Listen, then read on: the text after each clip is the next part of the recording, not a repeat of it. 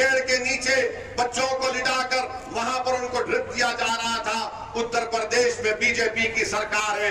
अब आप जाकर अगर बाबा से कहेंगे, मुख्यमंत्री से, कि अगर सितंबर में 45 और 200 के दरमियान में बच्चों की मौत हुई तो बाबा बोलेंगे नाम फिरोजाबाद है इसलिए बुखार आ गया।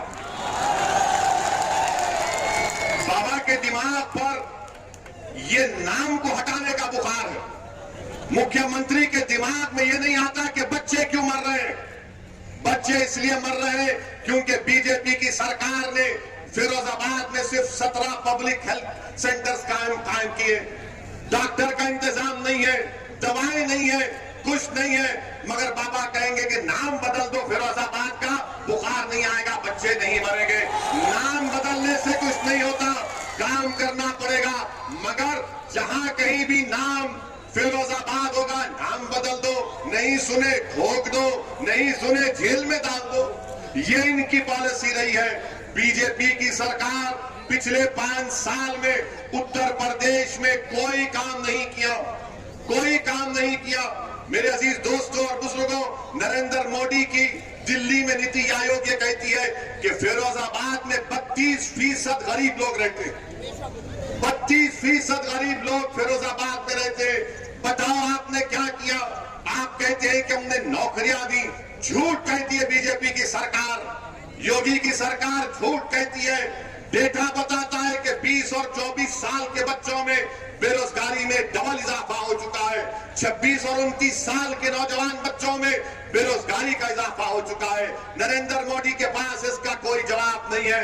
नरेंद्र मोदी सिर्फ एक दिन में 4-4, 5-5 मरतबा अपने कपड़े पहनकर फोटो खिंचवाते हैं और समझते हैं कि पूरा मसला हल हो चुका है, पूरा मसला हल हो चुका है। आप बताइए, कीमतों में इजाफा हुआ नहीं हुआ? क्या जो कीमतों में इजाफा हुआ आपको उससे तकलीफ नहीं हो रही है? आप चूड़ियों का, ग्लास का काम करते, अब गैस पर काम हो रहा है। गैस की कीमतें बढ़ी नहीं बढ़ी? क्या एलपीजी गैस के सिलेंडर की कीमतें बढ़ी नहीं बढ़ी? अब ये सब हम बताएंगे तो बाबा बोलेंगे नहीं, वो इसी भड़काऊ भाषण दे रहा। यानी गैस का सिलेंडर 1400-1500 रुपए 14 किलो का, इसकी बात नहीं करेंगे। कितनों को नौकरियां दी बताओ तुमने फिरोजाबाद में? कितनों को नौकरी मिली? हाथ उठाओ।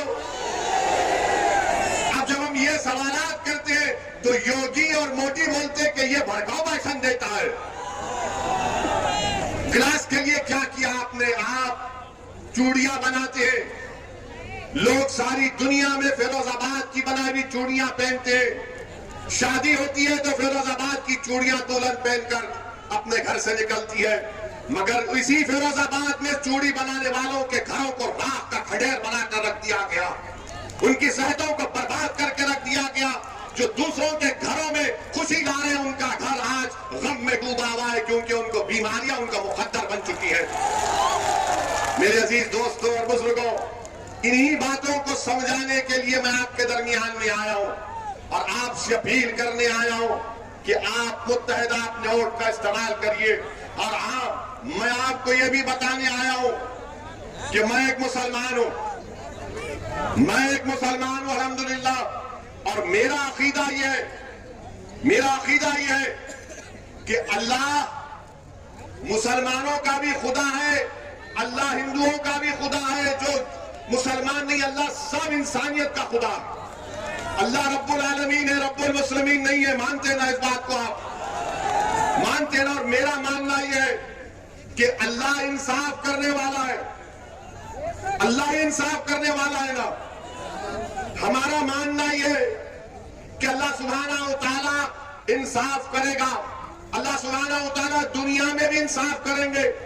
और अल्लाह जब हशर का मैदान खड़ा होगा तो अगर कोई राय बराबर नेकी करेगा तो अल्लाह उसका सिला देगा, कोई राय बराबर गुनाह करेगा तो उसका अल्लाह के पास उसको जवाब देना है। ये मेरा अकीदा है। अब आप बोलेंगे संविधान में ये कहां से है? बीजेपी के लोग बोलते संविधान में कहां से आया? संविधान में जिसको बाबा साहेब अंबेडकर ने बनाया, उसका प्रियम्बल में लिखा हुआ है liberty of thought and religion, यानी आजादी, मुझे अपने मजहब पर, उसकी अकीदे पर चलने का इख्तियार दिया गया है। तो जब हम ये बात करते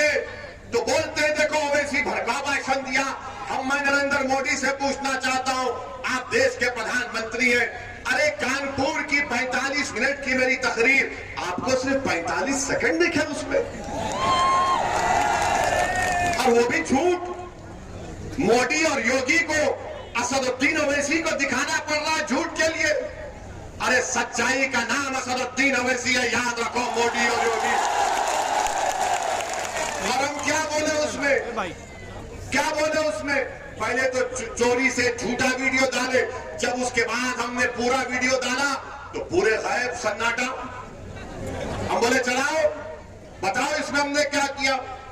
हमारा अकीदा ये, मेरा फेथ ये है कि हमने कुरान करीम में पढ़ा, हमने बुजुर्गों और नेक बंदों के पैरों के पास उलमाओं की सोबत में बैठकर सुना।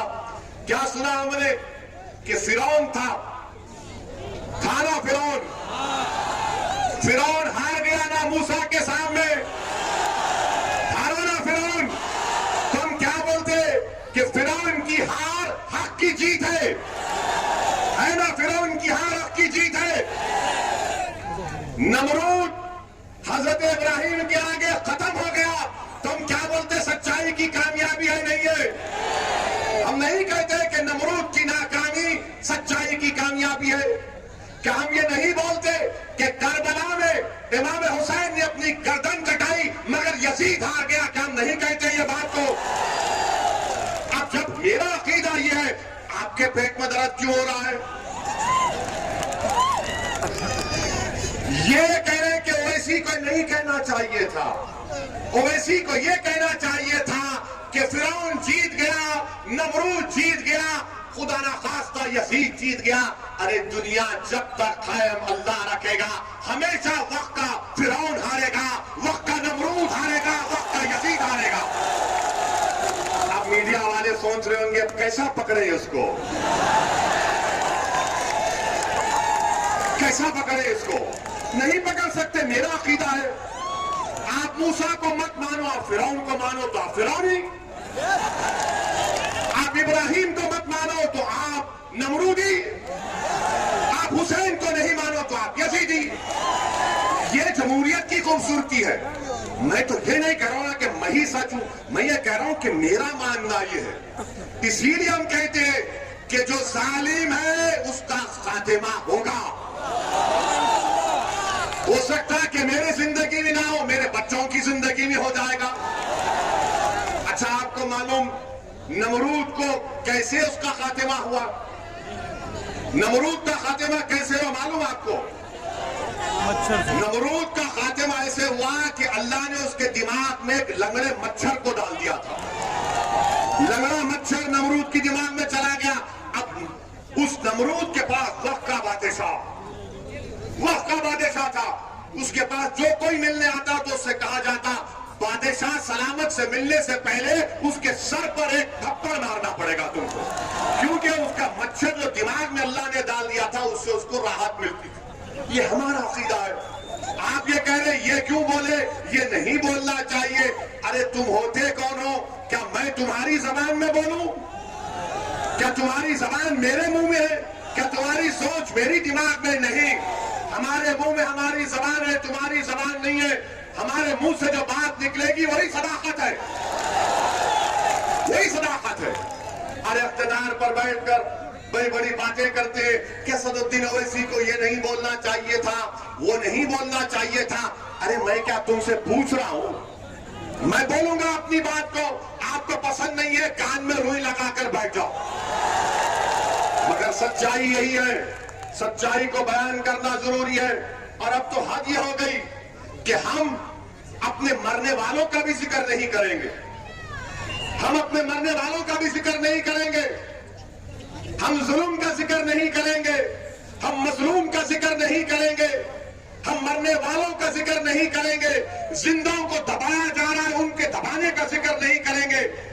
बीजेपी और ये तमाम सेकुलर जहन रखने वाली पार्टियां ये चाहती है कि असदुद्दीन ओवैसी जालिम का साथ दे। याद रखो, अल्लाह जब तक जिंदा रखेगा असदुद्दीन ओवैसी और मजलिस का एक एक रुकन जालिम का नहीं मजलूम का साथ देंगे। जब तक अल्लाह हमको जिंदा रखेगा हम कातिल का नहीं मकतूल के इंसाफ के लिए लड़ते रहेंगे।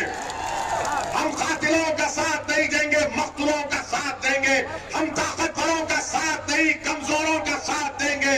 और हमारी आंखों में जो सबसे कमजोर है वो हमारी नाकों में सबसे ताकतवर है। अगर जुल्म मुसलमान किसी हिंदू पर करेगा, हम उस हिंदू का साथ देंगे, मजहब को बीच में आने नहीं देंगे, जुल्म को देखेंगे, जालिम को पहचानेंगे। ये बात इनको जब समझ में नहीं आती, ये समझते हैं कि हम आके बाजा बजाते इनका, मोदी का, योगी का, अखिलेश का, कांग्रेस का। अरे तुम्हारा बाजा नहीं बजाएंगे। अब हम बात करेंगे हिस्सेदारी की। कानपुर की तकरीर पर बड़ा उछाला, क्या किया, क्या कहा मैंने? एक 80 साल के बूढ़े को उसकी दाढ़ी को नोचा गया और उसके जिस्म पर पेशाब कर दिया गया। मैं ना जिक्र करूं इसका, नहीं बोलो इसकी बात, बोलो आप फैसला करो। मैं वोट हासिल करने के लिए नहीं कह रहा हूं। 80 साल का बूढ़ा अगर हिंदू भी होता तो वैसी लड़ता, उसके लिए लड़ता रहेगा। मगर आप बात ही नहीं करते, आप बोलते ही नहीं। अब तो ऐसा बना दिया जा रहा है कि हम अपने जुल्म का, अपने कमजोरों का भी जिक्र ना करें। मेरे अजीज दोस्तों और बुजुर्गों, यहां पर मैं आप तमाम के दरमियान में खड़े होकर अल्लाह से दुआ करता हूं। अब हम दुआ भी कर रहे हैं तो इनको पसंद नहीं आ रहा बीजेपी के लोगों को। कैसे दुआ कर रहा है ये? दुआ करना है, आप आमीन बोलो मत बोलो, अल्लाह सुनने वाला है। मैं अल्लाह से दुआ करता हूं कि CAA NRC का जो एहतजाज यहां पर आपने किया, आप तमाम लोग काबिल मुबारकबाद है, मैं आपको सलाम करता हूं। अल्लाह आपकी इन तमाम कुर्बानियों को अल्लाह कबूल करे। आपने बड़े मसाइब और मुश्किलात में उस एहतजाज को किया, अल्लाह आपकी एक एक कुर्बानी को अल्लाह कबूल करे और अल्लाह तमाम के दर्जात में बुलंदियां अता फरमाए। अल्लाह सुब्हानहू व तआला, आपने हक का साथ दिया था, अल्लाह हक को गालिब करेगा। इसलिए कि कुरान में अल्लाह ने फरमाया, कुल जाओ लक वसाकुल बातिल इन्नल बातिला काना ज़हूका, बातिल का गालिब होकर रहेगा।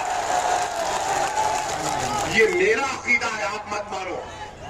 मेरा फेथ है, liberty of thought and religion, Bharat के संविधान का हिस्सा है। आपको नहीं मानना, मत मानो। मैं अल्लाह से दुआ करता हूं कि यहां पर जो पुलिस की फायरिंग में मोहम्मद शफीक जो 40 साल के थे, उनको शहीद कर दिया गया, उनकी जान ले गई। अरमान 24 साल का बच्चा, मुकीम 20 साल का, रशीद 27 साल का जो अपाहिज था, सीधा हाथ काम नहीं करता था, मोहम्मद अबरार 26 साल का, मोहम्मद हारून 36 साल का, नबी जान 22 साल का। मेरी अल्लाह से दुआ है कि अल्लाह सुब्हानहू व तआला हशर के मैदान में अल्लाह उनको उसी कपड़ों से उठाएगा। तुम देखना, हम गवाह रहेंगे इंशाअल्लाह। और तुम इनको मुर्दा मत समझो, ये जिंदा है, क्योंकि कुरान में अल्लाह ने फरमाया कि शहीदों को मुर्दा मत, तो अल्लाह उनको ग़िज़ा देता है। मेरी अल्लाह से दुआ है, अगर आप इन मक़तूलीन, जिन हजरात को शहीद कर दिया गया CAA NRC के एहतजाज में, अगर आप उनके माँ बाप को जानते हैं, उनके दोस्त को, उनको भाई को जानते हैं, तो मेरा पैगाम पहुंचाना, उनसे कहना है कि मैं तुम्हारा बेटा नहीं हूं, मगर मैं तुम्हारे गम को अपने सीने में महसूस करता हूं। मैं तुम्हारा भाई नहीं हूं, मगर मैं तुम्हारे गम को महसूस करता हूं। मैं ये बात वोट बटोरने के लिए नहीं कह रहा हूं, बहैसियत इंसान कह रहा हूं, बहैसियत इंसान कह रहा हूं कि जिसके घर में नौजवान बेटा मर जाता है, उसकी मां को मालूम, उसके बाप को मालूम। जो मां 9 महीने तक अपनी औलाद को अपने पेट में पालती है, उस पर क्या गुजर रही होगी, अल्लाह ही जानता, घर वाले जानते। मेरा पैगाम पहुंचाना मेरे भाई, पैगाम पहुंचाना मोहम्मद शफीक, अरमान, मुकीम, हारून, नबी जान, रशीद और अबरार के घर में कि एक दीवाना आया था, अपनी दीवानगी का इजहार कर चला गया। आज दीवानगी की जरूरत है, याद रखो। अक्लमंद को कभी मंजिल नहीं मिलती, अक्लमंद को कभी मंजिल नहीं मिलती, जुनूनी को, दीवाने को मंजिल मिलती है। क्योंकि जब तुम अकल से पूछोगे, फिरोजाबाद में मजलिस कांग्रेस जीतेगी क्या, तो हल बोलेगी और डिवाइड हो जाएंगे। जब तुम दिल से पूछोगे तो दिल बोलेगा प्यारे कूद जा, आग का दरिया कूद के निकलेंगे इंशाअल्लाह। अकल और दिल दोनों में हमेशा झगड़ा होता है, और ये तमाम सेकुलर पार्टियां और बीजेपी ये हमारे दिमाग से खेलते, ऐसा हो जाएगा वो हो जाएगा। अरे क्या क्या नहीं हो गया अब तक, अब क्या करना बाकी है बताओ आप मेरे भाई। क्या ये बात गलत नहीं है कि एक 32 साल अहमद नबी जिसको CAA के प्रोटेस्ट में गिरफ्तार किया गया था, अहमद नबी को भी मेरा सलाम। अहमद नबी कैंसर का पेशेंट था, यहां की पुलिस ने गिरफ्तार किया, उसको कीमियोथेरेपी ले जाने की इजाजत नहीं दी। अब आप बोलेंगे कहां से कह रहे हैं, मीडिया की रिपोर्ट है, मुझ पर केस बुक करना करो, मैं तो आपका समधी बनने और दामाद बनने तैयार हूं, मुझे उसकी परवाह नहीं है, सच्चाई को बयान कर रहा हूं। और फिर उनका भाई का फिरोजाबाद के जेलर लाल प्रताप सिंह ने मीडिया से कहा कि योगी सरकार ने अहमद नबी की कीमियोथेरेपी के लिए पुलिस कस्टडी नहीं दी। जेलर साहब कह रहे हैं उन पे भी केस बुक करेंगे क्या। और फिर टाइम्स ऑफ इंडिया जनवरी 1, 2020 का टाइम्स ऑफ इंडिया ने लिखा कि वीडियो है जिसमें पुलिस की मौजूदगी में पत्थर बरसाए जा रहे थे। योगी बोलेंगे नहीं पत्थर नहीं फूल बरसा रहे थे। ये सब है, इसका जिक्र क्यों कर रहे हो ऐसी? करूंगा जिक्र क्योंकि दुनिया में जब तक नाइंसाफी का जिक्र नहीं होगा इंसाफ नहीं होगा। याद रखो, नाइंसाफी का जिक्र करना जरूरी है इंसाफ को मजबूत बनाने के लिए। मजलूम का जिक्र इसलिए जरूरी है कि जालिम के जुल्म को रोकने के लिए और बच्चों के मुस्तकबिल को अच्छा बनाने के लिए। मेरे अजीज दोस्तों और बुजुर्गों, फिर आप ये भी देखते हैं कि आपके फिरोजाबाद में एक भी गवर्नमेंट यूनिवर्सिटी नहीं है, एक भी गवर्नमेंट यूनिवर्सिटी नहीं है। क्या किए बाबा आप, क्या किए समाजवादी की सरकार ने? मेरे अजीज दोस्तों और बुजुर्गों, आपके सामने ये भी बताने आ रहा हूं कि उत्तराखंड में हमारे मीडिया के लोग, जरा कैमरा कर लो मुझ पे, मसाला दे रहा हूं आपको शाम के 6 बजे के लिए, हमारा निकाह करना 7 बजे। माशाल्लाह हफ्ते में 2 बार हमारा अक्स होता है टीवी के ऊपर, निकाह होता है हमारा, दूल्हा बनाकर पेश किया जाता है हमको। देखो ये बोला, वो बोला, ऐसे बोला, वो बोला। अरे अल्लाह जबान दिया तो बोलने के लिए दिया ना, गूंगा रहने के लिए तो नहीं दिया ना। संविधान के दायरे में रहकर बोल रहा हूं, तुमसे संविधान सीखना नहीं है, मैं तुमको सिखा सकता हूं संविधान। उत्तराखंड हरिद्वार में एक धर्म संसद हुआ। क्या हुआ? अब धर्म संसद में उत्तराखंड में बीजेपी की सरकार, आज भारत के प्रधानमंत्री नरेंद्र मोदी गुजरात में ईसाइयों के चर्च के में जाकर कहा कि भारत की अखंडता को बरकरार रखना है, भारत की यूनिटी को बरकरार रखना है। देश के प्रधानमंत्री ने कहा बड़ी अच्छी बात है, बड़ी अच्छी बात है, मगर हम देश के प्रधानमंत्री से पूछना चाह रहे हैं कि उत्तराखंड में आपकी सरकार है और उस सरकार में वहां पर एक धर्म संसद हुआ जिसमें उसका नाम क्या रखा गया? इस्लामिक भारत में सनातन का भविष्य, ये हुआ है। अच्छा, उसमें क्या कहा गया? उसमें चलिए मैं लफ्ज मुसलमान नहीं बोलूंगा क्योंकि योगी और मोदी और उनके चमचों को बड़ी आपत्ति होगी। मैं ये कहूंगा कि उन्होंने असदुद्दीन ओवैसी के बारे में ये कहा, एक महाशय ने कहा कि काश मैं एमपी होता तो मनमोहन सिंह को गोलियां मार देता। देश का मनमोहन सिंह 10 साल का प्रधानमंत्री, अगर मैं पार्लियामेंट में होता तो एक महाशय बोले, उनका नाम नहीं बोलना चाह रहा मैं, ना छोड़िए, नाम तो सिर्फ अल्लाह का रहेगा, याद रखो, नाम तो सिर्फ अल्लाह का रहेगा और किसी का नाम नहीं रहेगा इंशाअल्लाह। अब उस पर भी इनको तकलीफ हो जाएगी। तो एक महाशय ने कहा कि अगर मैं पार्लियामेंट में होता तो नाथूराम गोडसे की तरह 6 गोलियां भारत के एक्स प्राइम मिनिस्टर को गोली मार देता। अब आप सोचिए थोड़ी देर के लिए, जो मोदी के भक्त हैं उनसे भी कह रहा हूं, अगर कोई फेसबुक पर योगी और मोदी के बारे में कुछ अनाप शनाप लिख दे तो 4 घंटे के अंदर हजरत पुलिस उसके घर को पहुंच जाती। चल हमारे साथ। खाली फेसबुक पर देश के एक प्रधानमंत्री के ओहदे पर रहने वाले मनमोहन सिंह से कहा जा रहा है कि अगर हम होते तो तुझे 6 गोलियां मार देते। आपको मालूम, लंबा अरसा हो चुका है होकर, 4-5 दिन हो चुके, एक भी गिरफ्तारी नहीं हुई, एक भी गिरफ्तारी नहीं हुई है। अरे मनमोहन सिंह की तो इज्जत नहीं करते तो देश के प्रधानमंत्री के ओहदे की तो इज्जत करो। आज मोदी प्रधानमंत्री है, कल कोई और होगा इंशाअल्लाह, मगर उस ओहदे की तो अजमत, उसका अखबार रहना चाहिए ना। कोई कैसे खड़े होकर कह सकता है, कोई कैसे खड़े होकर कह सकता है कि मैं पार्लियामेंट में होता तो 6 गोलियां मार देता। मगर कोई एक्शन उत्तराखंड की बीजेपी की सरकार ने नहीं लिया। एक और महाशय थे, उन्होंने क्या कहा, उत्तराखंड के ईसाइयों को कहा क्रिसमस नहीं मनाना, क्रिसमस मनाओगे तो फिर तुम्हारी खैर नहीं है। अच्छा, एक और महाशय ने कह दिया कि मैं भगवा संविधान दे रहा हूं।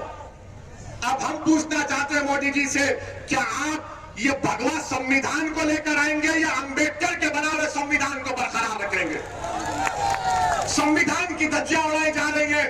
बीजेपी, नरेंद्र मोदी सन्नाटे में है। और फिर एक और मैडम ने कहा, वन मैडम हैज सेड, क्या कहा मैडम ने, मुझे 100 सिपाही चाहिए जो 20 लाख ओवैसी की तरह लोगों को मार दे। भाषण में कहा, कमरे में नहीं, भाषण में कहा। और कहा कि भारत का संविधान गलत है और भारत के लोगों को नाथूराम गोडसे की पूजा करनी चाहिए। क्या करनी चाहिए? पूजा करनी चाहिए। वो गांधी का कातिल हरामी गोडसे की पूजा करेंगे। इस आजाद हिंदुस्तान का अगर सबसे पहला टेररिस्ट कोई था, नाथूराम गोडसे था। और मैडम बोल रही है उसकी पूजा करनी चाहिए। अच्छा, एक और महाशय बोले, क्या बोले, क्या वो अपील कर रहे अपने हिंदू भाइयों से, कह रहे, मुझे यकीन है कि हिंदू भाई उसका नहीं मानेंगे, कह रहे कि हथियार उठा लो ताकि 2029 में कोई मुसलमान प्रधानमंत्री ना बन जाए। और फिर वही एक और साहब कह रहे कि जिस तरह म्यांमार में रोहिंग्या मुसलमानों को उनके मुल्क से निकाल दिया गया, उसी तरह मुसलमानों से उस तरह का हशर करना चाहिए। कोई मुकदमा नहीं, कोई गिरफ्तारी नहीं। और फिर एक और महाशय ये कह रहे कि शस्त्र रखो, तलवार रखो और जंग तलवार के जोर पर जीती जाएगी। और फिर एक और महाशय ने कहा कि मुसलमानों के गांव को खाली कर दो। और एक और महाशय ने कहा कि जब तुम हमारे इस धर्म संसद से जाओगे तो ये इरादा करके जाओ कि किसी को नहीं छोड़ा जाएगा, रोहिंग्या मुसलमानों की तरह भारत के मुसलमानों का हशर कर दिया जाएगा। मैं नरेंद्र मोदी से एक सवाल कर रहा हूं, आपने गुजरात में आज कहा कि देश की यूनिटी को, अखंडता को बरकरार रखना चाहिए। बताओ, देश के प्रधानमंत्री, आप मेरे भी प्रधानमंत्री हैं, आप देश के प्रधानमंत्री हैं, आपने भारत के संविधान पर हल्फ लेकर भारत के तमाम नागरिकों की हिफाजत का जिम्मा आपने लिया है। बताओ क्या आप इनकी बातों से मुत्तफिक है? अगर नहीं है तो फिर ये खुले क्यों घूम रहे हैं? और बाबा ये बताओ, ठोक दो, क्या करोगे तुम अब? ये धर्म संसद में इस तरह की बकवास कही गई और वहां के डीजीपी साहब कहते हैं अनलॉफुल एक्टिविटीज प्रिवेंशन एक्ट नहीं लगेगा। डीजीपी साहब, हमको भी थोड़ा कानून आता है, आपकी तरह नहीं आता होगा, मगर भारत का कानून यह है कि जब भारत की आर्मी से कह रहे हैं लोग मुसलमानों को मार दो, तो क्या आप 121A का दफा नहीं लगा सकते? क्यों नहीं लगाया आपने, मेरा एक सवाल। और फिर आप 124A लग सकता है, धमकी 503 लग सकता है, आर्म्स एक्ट लग सकता है, और फिर आप सेक्शन 108 अबेटमेंट लग सकता है। और अगर यूएपीए नहीं लग सकता तो झूठ, यूएपीए में आप इन तमाम ऑर्गेनाइजेशन को बैन करो इनको, जो मनमोहन सिंह को मारने की धमकी दे रहे हैं, जो मुसलमानों को, भारत के मुसलमानों को, रोहिंग्या मुसलमानों का हाल करना चाहते। कुछ एक्शन बीजेपी नहीं लेगी। मेरे अजीज दोस्तों और बुजुर्गों, ये इस तरह की बातें ये लोग कर रहे हैं। और बीजेपी के लोग ओवैसी की 45 सेकंड की तकरीर पे पेट में दर्द हो जाता है। आप सोचिए, नहीं ये जज्बात में लाने के लिए नहीं कह रहा हूं, याद रखिए, ये अंग्रेजी में बोलते ना, नहीं ये फ्रिंज है, ये फ्रिंज नहीं, ये मेन एलिमेंट है। जो बीजेपी इनकी सरपरस्ती कर रही है, बीजेपी इनकी तारीफ कर रही है, संघ परिवार इनकी सरपरस्ती कर रही है, और इस तरह के बुरे ख्यालात इनके। अब बताओ आप कि एक मजहब के मानने वालों को, जो भारत के बाइज़्ज़त शहरी है, अक़लियत है, अल्पसंख्यक है, माइनॉरिटी है, उनको मारने की बातें हो रही हैं और कोई केस, कोई गिरफ्तारी अब तक नहीं होती। अच्छा, अब सवाल यह पैदा होता है कि क्या अखिलेश यादव की पार्टी ने इनके खिलाफ कंप्लेन की? उत्तराखंड में भी समाजवादी है, कांग्रेस इलेक्शन लड़ने जा रही है, क्या कांग्रेस ने कंप्लेन दी? किसने दी? मजलिस इत्तेहादुल मुस्लिमीन के डॉक्टर नैयर कासमी ने जाकर कंप्लेन दी। क्यों कंप्लेन नहीं दी समाजवादी और कांग्रेस ने? तो बोलेंगे वो वोट नहीं मिलेगा हमको, वो वोट नहीं मिलेगा हमको। अरे तुम वोट की क्यों बात कर रहे? देश को बचाओ। जब देश बचेगा तो जमहूरियत रहेगी। ये देश में अनार्की पैदा करना चाह रहे, मगर समाजवादी कुछ नहीं बोलेगी, कांग्रेस कुछ नहीं बोलेगी। और क्या बोलेगी?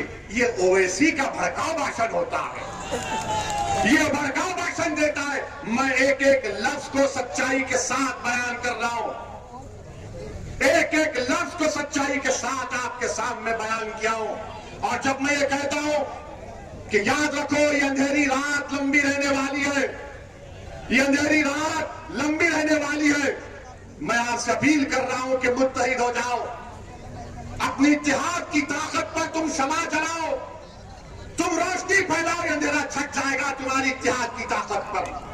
मजलिस के मुखालिफिन मुझे फोन करके धमकी देते कि ओवैसी तू उत्तर प्रदेश में तुझे खाक में मिला देंगे, ओवैसी तुझे उत्तर प्रदेश में जला देंगे। तो सुनो, मैं तुमसे कह रहा हूं, तुम मुझे जलाओगे भी, तुम मुझे खाक में डालोगे, मेरा जलना कई घरों को रोशन कर देगा इंशाअल्लाह ताला। मैं रोशन करना चाहता हूं। मुझे जाना है इस दुनिया से एक दिन। मुझे डर इस बात का है, मैं गुनाहगार हूं, सियाकार हूं, और अल्लाह जानता है ओवैसी क्या है। मुझे डर सिर्फ इस बात का होता है कि अल्लाह के सामने जब हम सब खड़े होंगे, ओवैसी क्या जवाब देगा। हशर का मैदान होगा, शाफ़े रोज़े जज़ा मोहम्मद मुस्तफा सल्लल्लाहु अलैहि वसल्लम भी होंगे, क्या सहाबा इकराम होंगे, सैयदुल शुहदा अमीर हमजा होंगे, फारूक आज़म होंगे, सिद्दीक अकबर होंगे, उस्मान ज़ुन्नूरैन होंगे, शेर खुदा अली होंगे, हसन और हुसैन होंगे, हमारे अज़वाज मुतहहरात सल्लल्लाहु अलैहि वसल्लम होंगी, गरीब नवाज होंगे, सब होंगे। तो हम क्या नजर मिलाऊंगा?